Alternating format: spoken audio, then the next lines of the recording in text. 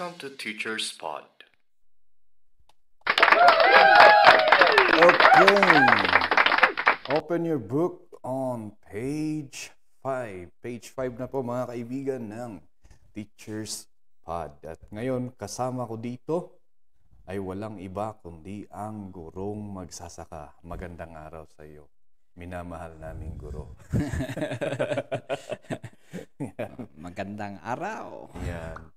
Wala tayo sa Hardin ngayon. Wala tayo sa atin ngayon. Nandito, bumisita ngayon ang ating gurong magsasaka dito sa malapit ng maging city. Bayan ng La Trinidad. Ayan. Meron daw pong isang pinupursue na maging city itong bayan ng La Trinidad Benguet. At sana nga. Sana nga maging city. 10 years ago, Yeah. na proposal. We hope that in the next 10 years, Yeah. it will be city of City La of Trinidad. City of Strawberries.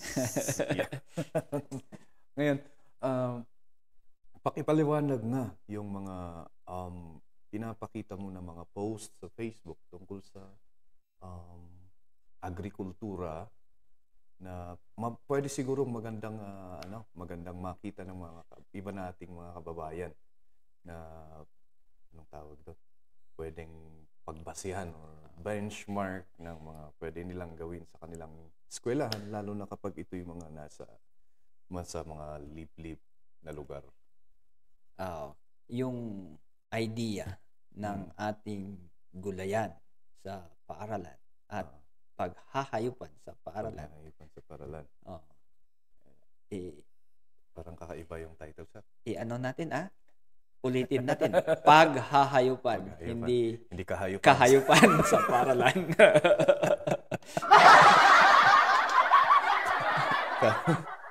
Kahayupan. Paghahayupan. Yan. Okay. Ipaliwanag, sir. Yung idea natin is the same sa idea ng DepEd na gulayan sa paaralan. Pero, ang pinagkaiba nito is ituro natin sa mga bata yung mga new trend or recurring trends ng agriculture, which promotes healthy living, healthy environment, and livelihood education. So parang yung ginagawa niyo dun, sir, is organic, yung tawag sa English, organic farming? Yes, organic agriculture and with concepts of urban gardening. Urban gardening. So pwede rin kapag kahit urban area, pwedeng magamit ito. Kasi ang sabi nila, bakit yun daw ang itinuturo? Rural setting tayo. So sabi ko, saan ba pumupunta yung mga bata? Okay. Pagkatapos. Yeah. Anyway, yung rural setting, rural farming techniques, alam na ng mga bata. Nakagisnan. So, yan ang idea. So, ituro natin yung mga bagong konsepto sa kanila. Which is, a very good example is yung hydroponics. Okay.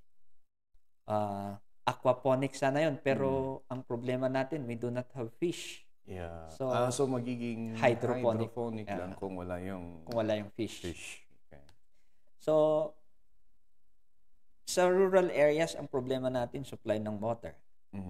Rural areas. Oo. So we teach them how to utilize or maximize the use of water in agriculture. At the same time, telling them that this concept can be applied in the urban setting, which they call it here sa city na vertical gardening. Ayaw nga, no? Vertical gardening, yeah. Yes. And maraming mga gumagawa ng mga ganun. Parang dito sa city. Diba, maalala mo nung galing tayo sa bundok. Oh, yeah. Tapos we come here in the city na mag-aral. Diba? Parang ano bang feeling? Yeah. Parang bago lahat, naninibago yes, ka. So, to give the same idea, we teach them kung paano ang mag-adapt ng life dito sa city. Mm. Para pagpunta nila dito sa city, hindi sila culture shock. Tama yung isa. At hindi naman sa hindi, pero less ang culture shock. So yung mga na ituturo mo sa mga bata na yung ways or techniques on how to make chemicals, saan yung mga sources natin? What do you mean sources? Yung sources, saan natin nakukuha yan? Materials? I mean yung knowledge, the sources of knowledge. Well, ano yung sabi nila sa atin? We need to qualify ourselves. How did you qualify yourself? So, ako kasi pakialamero ako eh. Okay. If I need to pursue something, makikialam ako. So, kinukulit ko yung Municipal Agriculture Office ng Mangkayan. Lagi akong nandun kapag walang trabaho. Ayan. So, dahil sa kakulitan, sinisend nila ako sa mga trainings. So, I went into trainings ng Provincial Agriculture Office. At dinadagdagan na lang natin yan sa pagbabasa. So, yung mga parang yung mga knowledge then is parang nanggagaling din sa DAR, sa Department of Agriculture, yung iba. DA, not DAR. DA, sorry. DA, Department of Agriculture. Ano ba yung sinabi kong DAR? Department of Agrarian Reform. Sorry. Ayun. So, and then nadadagdagan mo rin sa research through online. And sa atin, kung meron tayong nababasa na maganda na pwedeng i-apply, pwedeng pagawa sa mga bata as their activity or projects, yun na lang. Nagmamaterialize na lang na ganun. So, I am incorporating those information sa ating subject sa classroom. So, how do you incorporate it in ano yung mga ways mo na mag-integrate i-integrate yun sa mga subjects ng mga elementary? Like for example, sa EPP naman kasi meron na yun eh. Yung composting, pero yung composting na tinuturo natin yung kupong-kupong na old age. yung maghukay ka ng 1 meter by 1 meter sa lupa. Kasi yun ang pinakasimple. Actually, we are wasting the nutrient there. We are putting it in the ground. Which is being absorbed by the ground. Dissipated. So, wala. Actually, parang we are just improving the soil. Wala na yung fertilizer. Nag-dissipate kasi. Not unless, siguro, maglalagay ka ng parang barriers. Pwede yes. Or we apply the modern techniques na above air. Yung mga compost natin. Above ground. So, above ground means I mean above ground, not above air. Above ground. Above ground. Above air. Yeah. So, ibig mo sabihin, parang itataas mo. Itataas mo siya. So that elevated. Yung circulation. So, parang na-incorporate mo na yung circulation of air, aeration. So, may mga science. So, kapag ako ay nagtuturo sa garden, I ask the science teacher. I borrow the subject of the science teacher. And then, my subject as EPP. Ini-incorporate ko na yung mga science concept niya doon sa agriculture competencies. But not necessarily na yun yung competency na pag-aaralan nila during that time. During that time, yes. You need, because if you integrate between and across learning areas. Yan. Tama yan. Nasa RPMS na. IPCRS natin. So, parang hindi ibig sabihin na yung competency ngayong araw, yun yung kukunin mo. You need to have a broader understanding or broader knowledge sa different competencies. Actually nga, na-incorporate na pa natin yung competencies ng MAPE. Health. MAPE. Paano? Since organic agriculture is about healthy living. Tama. pagkain ng... So nai-incorporate natin yung pinggang Pinoy, yung pagkain ng fruits and vegetables. So, ganon. So, sinasabi nga ng mga kasamahan natin sa ground, ano ka ba? You are all introducing our topic tapos nukwakot sika amin ti ibagbagan naging siya yung sinasabi ng mga bata na during our discussions. Kasi sila, yun yung kasi ginawa nila, which is the learning will stay for a long time. Yes. Kasi ginawa nila nag-hands-on sila. And then they saw the application and they saw the importance. And once na yung mga bago na experiences ng mga bata, they will never forget that one. Yes. Bagong experience, talagang mahirap makalimutan. May mga pagkakataon pa nga na envious yung mga ibang teacher. Dahil, yun, bukang bibig ng mga bata yung ginawa nila. Tama. sa mga bagong nakikita ko ngayon sa post mo na pumunta ka sa ibang school ngayon, may mga pinapakita kang product sa community na yun. Ano yung rationally behind ng na parang nagpa-demo ka pa yata sa school Oo. ng kanilang yung products na ibinebenta ng community na yun. What's the rationale behind? Yeah, it's my third school in a year. Marami bang galit sa'yo, sir? Yun yung sabi ko, my answer is ganito. Dalawa lang yan. It's either meron akong kababalaghan o maganda yung ginagawa ko. Siguro gustong sundan. May gusto. Or yung tadhana mismo ang nagsasabi na pumunta ka sa mga schools na to and then ipakita mo yung mga magandang ginagawa mo. Tama ba? Siguro, it's nagkataon lang siguro. But then, it is Indigenous Peoples Month ngayon. Yes, October. And as a livelihood education teacher, we need to help the community to promote their product, their craft. So, in Budbud, yung Budbud ay sa Mankayan, Benguet. Oo, Mankayan. Sa mga kababayan natin sa buong Pilipinas na nakikinig, ang Mankayan, Benguet ay nasa Northern Luzon. Yes. And then, Budbud is blessed with a group of people na magaling sa craft. Dito nagagawa yung mga gongs ng Cordillera. Gongs. We have a lot of gong makers there. And then aside from that, mga bamboo craft, bamboo weaving, mga ganon. Yun yung pinapakita natin, ini-integrate natin sa ating lesson para ma-appreciate ng mga bata ngayon. Actually, it is the craft of their parent, pero yung mga bata parang hindi pa nila alam gawin. Oo, or na parang naninibago pa rin. So, nung nag-introduce tayo ng mga ganon activity, na-realize nila na, meron palang nagagawang ganito dito.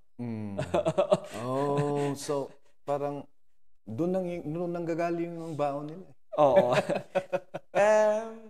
Yung mga iba kasi, like for example, bamboo craft, they are doing, or they're making bamboo products na ginagamit lang nila sa bukid. They're not selling it. Yeah.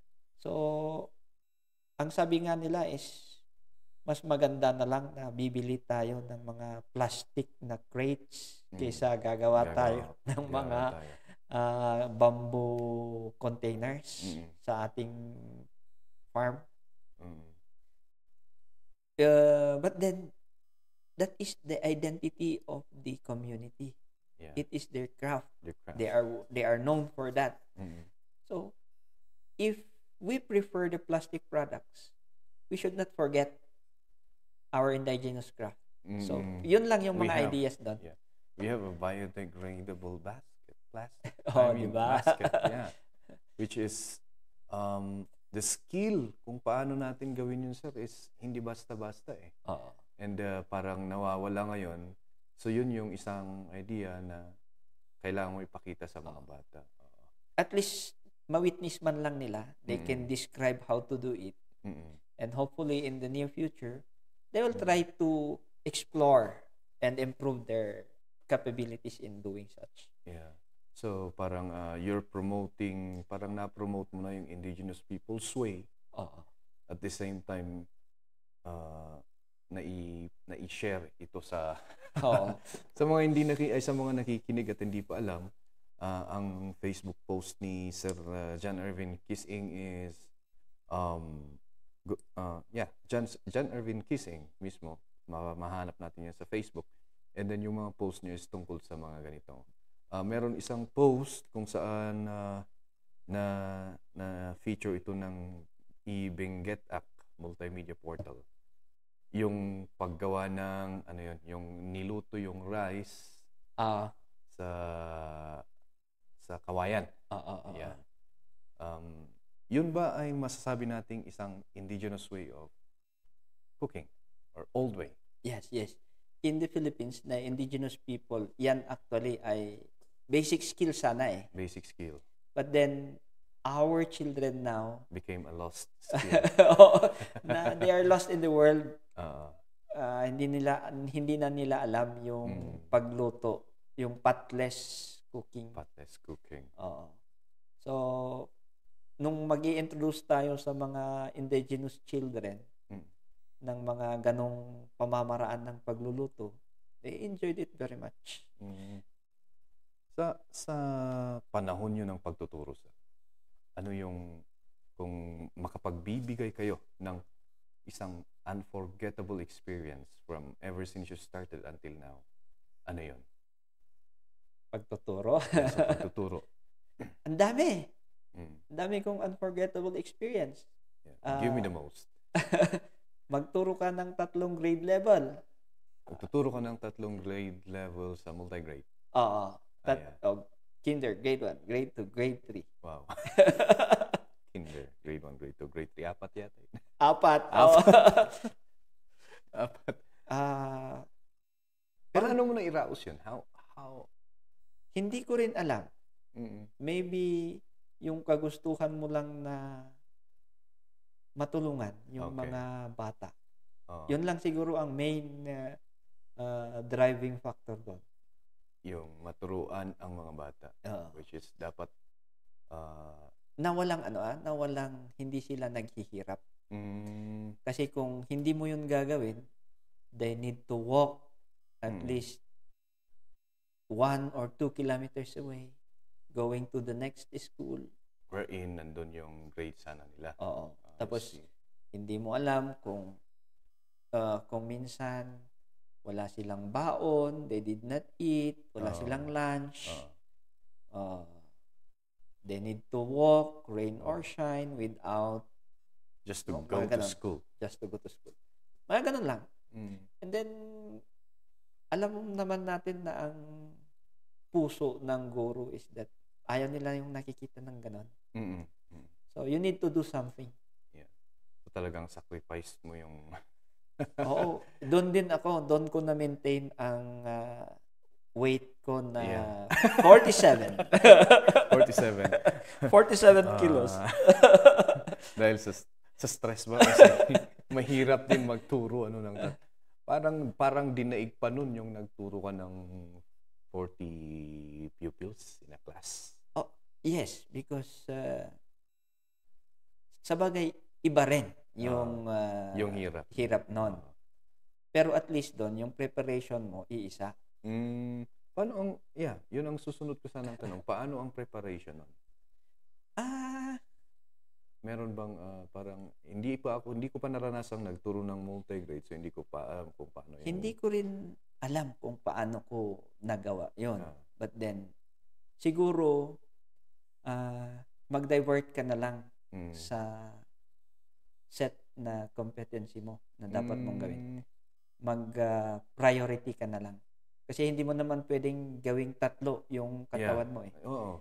So, Yun, yun ang ano eh. i-priority mo na lang. Anyway, when you look sa ating trabaho naman, basic education eh. Oo. So, simple lang naman ang definition ng basic education. Basic arts. Nakakabasa, reading, Yeah. writing. Yeah. Ganun lang naman. So as long as you can address those ones, parang makikita rin naman natin yung accomplishment ng mga bata, di ba?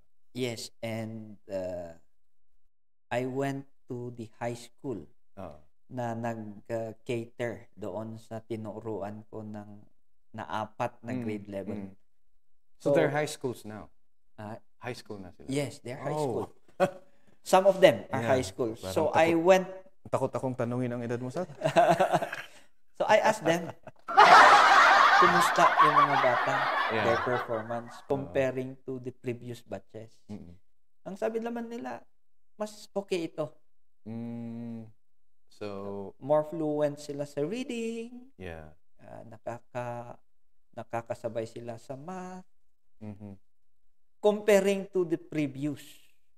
The previous na hindi ikaw naman ang nag-handle. Parang ganon, na nanggagaling doon sa school. I see. Kasi, bakit? Nung previous, 2 grade level lang. Mhm. Ang nangyayari kasi, yung 2 grade level lang, pagkatapos ng 2 grade level, magta-transfer Yon, yung pupunta sila sa ibang school. sa ibang school. Kasi hindi available yung grade sa school na pinagtuturuan mo. And then, naglalakad sila pagod, Yeah. gutom. Gutom. Kung minsan pa, kung ikaw ay pagod at gutom, Wala na. papasok ka ba? Wala na rin papasok sa isip mo eh. Di ba? Hindi. Pagdating mo sa eskwelahan, pag pagod ka na, naranasan ko na kasi nung bata ako, ganun din eh. 1 oras na lakaran. Pagdating mo na sa school, uupo ka na, ang unang mangyayari dun sa'yo, pag pag bumaba na yung body temperature mo, aantukin ka. Aantok yan. Kahit umagang-umaga yan, aantukin ka. Matutulog ka na lang, no? Oo, tama yun. Pangalawa, magugutom ka. Oo. Kaya iisipin mo na ang tagal ng recess. So, ganon. So, wala na yung concentration sa pag-aaral. Tama. At least nung na-cater sila doon, Mas malapit sa kanilang bahay. mas yung malapit school. kung gutom sila, they can just go home and then Tama. babalik. Babalik. And mas marami nga ang hinahandle ko, at least naman natututukan ko yung kanilang learning and development. I see. So, paano yung... Pero hindi na ako nagla-lunch doon, Ay, Nagtuturo ako na nagla-lunch. Nagtuturo ako na nag-snack. Ay, ganun. Ano yun? Parang, parang hindi ba, ano yun? Wala ba silang, yung na-experience na Parang sila? working snack, working break. Lahat. Wala, hindi naman sila na burnt out nung yung pag gano'n na break nila na natuturuan pa rin sila. No, because I make to the point na ako lang yung walang break. Ibig mo sabihin yung trinatrabaho mo yung nagtatrabaho ka habang... So, I'm teaching the other grade, magbe-break yung isa. I see. Ay, oo nga. Papapasukin ko yung isa, magbe-break yung ibang group. So, ganon. Hindi mo ba ito parang i-share sa ibang multi-grade school na parang maging batayan din on as a way, isang paraan ng pagtuturo sa multi-grade? Wala na atang nagtuturo ng 4 na grade level. Ako lang ata ang last. Hindi ko alam kung first or last na nag-handle ng 4 na grade level sa Mangkayan. Sa Mangkayan, pero hindi natin alam sa ibang bayan, baka meron. Yung dito, pinakamasayang alaala ng teacher. Anong pinakamasayang parte ng buhay ng pagiging guro? Pagiging gurong magsasaka. Ano kaya? Parang lahat masaya. Siguro, ito. Na-train tayo na magturo ng intermediate.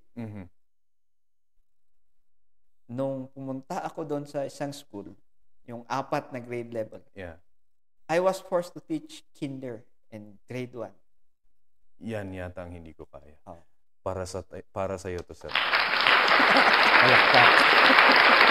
Ako din, umiyak. Ah, Hindi ko alam kung anong gagawin ko. Kung mag-a-ask ka naman sa ibang teachers, parang hindi nila maisip aha. tayo na nagtuturo ng kinder at grade 1. Yeah, So, parang, I need to adapt aha. na parang I need to adapt Mm, fast. yeah.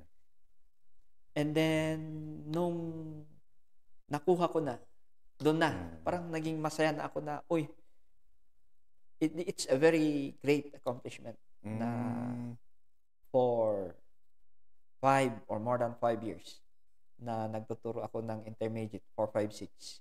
Tapos bigla kang magturo ng kinder and grade 1. na parang wala pang idea kung Oo. ano yung school. Nung nagtuturo ko ng 4, 5, 6, hindi ako nabibwisit ako sa mga hindi nakakapagbasa na 4, 5, 6. 4, 5, 6. Or developmental reading pa rin sila. Yeah. 4, 5, 6, dapat sentence or paragraph readers na yan. Pero 4, 5, 6, hindi pa rin nakakabasa na masyado. So, nabibisit ako. Hindi ko actually maturuan. To the extent pa nasasabihin, I will bring you to the grade 1 teacher. Di ba? Ay, grade 1 teacher, turuan mo ito. Balikan mo ito. Maraming beses ko na yatang nasabi yan. Di ba? Tapos magagalit yung grade 1 teacher. Ano ba? Pinasa ko na nga yan para ikaw na maproblema eh. Realities. Yeah, oo. So, doon ko napagtanto na hindi ko dapat yung ginagawa sa grade 1 teacher. So, I studied, I improved myself on how to teach grade 1, kinder. Nakaya ko naman. How Ang long? masaya doon, noong napabasa ko at the end of the school year, Oh, yung yeah. mga children, nakabasa sila. Nakabasa. Ano yan? Ang additional ano pa doon? With comprehension. With comprehension. Grade 1 yun At least yung mga basic na what, where, when, why.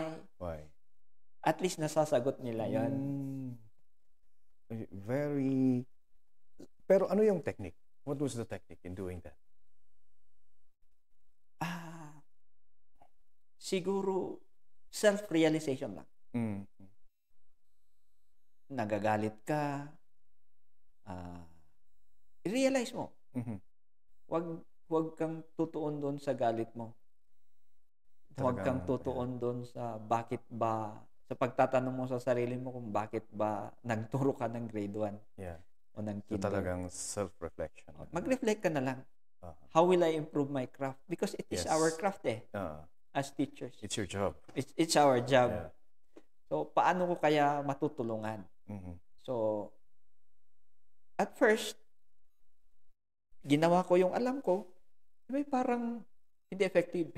The following day, palitan ko ulit. Parang trial and error. Hanggang makita mo na lang na yung strategy na gagawin mo, mas nagagrasp ng bata. Yun na lang yung i-reinforce. Siguro yun yung nawawala sa atin, yung self-actualization, self-reflection. Kung saan we ask question inwards. Hindi yung parang yun minsan nakita natin yung ano ba naman to? Na hindi nakakabasa. Siya naman kasi hindi nakikinig. Yung mga ganun. Doon na yung Pero kung tatanungin natin na ano kayang pwede kong maitulong sa batang ito? Siguro lahat ng mga tao, lahat ng mga teachers mag-i-improve. Kasi we are pressured. Ang dami-dami nating trabaho. Tama. Dami-dami na yung sinasabing, gawin mo to, gawin mo yan. Dapat ito ang magiging end product mo. Yeah. Kung ganun din ang situation noon, hindi ko yun nagawa. So what I did is that I confined myself. Parang nag-seclude ka. Oo. I-submit mo yung report. I do not submit report until hindi ko na-meet yung teaching ko. Hindi ko na ituro yung dapat maituro. So, yung mga school head mo, galit na sa'yo. Yung mga colleagues mo, galit na rin. Napagkukwentuhan ka na. Di ba? May mga ganon. But then, kung kasi hindi mo i-concentrate doon, imaginein mo, you're teaching how many grade level? Yeah. Iisa pa ang room mo doon. So, yun yung mga dapat mong i-priority. So, sa akin, I secluded myself. Because lahat tayo nagdadaan sa pagiging a neophyte teacher. And to end this podcast, baka may nakikinig sa atin ng mga neophyte teachers. What's the best advice that you can give them? Neophyte. Throw your ball. What do you mean, throw your ball? Sige lang. Do not, di ba, ang sa akin kasi nung neophyte teacher ako, sige, I will try to implement all the learnings na alam ko na na-introduce sa akin. Ako ay magaling. Yeah. But then, you expect... We studied the new ways. You get the new principles. But then, do not expect na lahat ng gagawin mo successful. Tama. You throw everything, tapos tignan mo yung nakakatulong, tignan mo yung needs improvement, doon ka mag-work on. Kasi yung mga iba sa atin ngayon, they will throw everything, tapos sila nang tama. Sino ba yung mga yan? Ay, mana yung fight! Yan. Tapos sila pa yung demand pa nila ang dapat nauuna. So, well, welcome to the club. Welcome to the club. Ang sa akin lang, gawin mo kung ano ang alam mo. Hindi ka tatagal kung gano'n actually ang teacher mo, di ba? Hindi ka tatagal. Oh well, makakatagal ka siguro, but then someday, somewhere, burnt out's gonna be there. Yes. So, yeah, tama. Anyway, additional parting message before na matapos ang ating teacher spot? Well,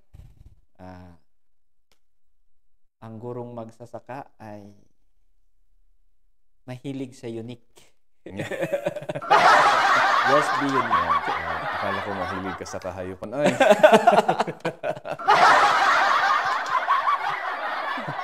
Ayan.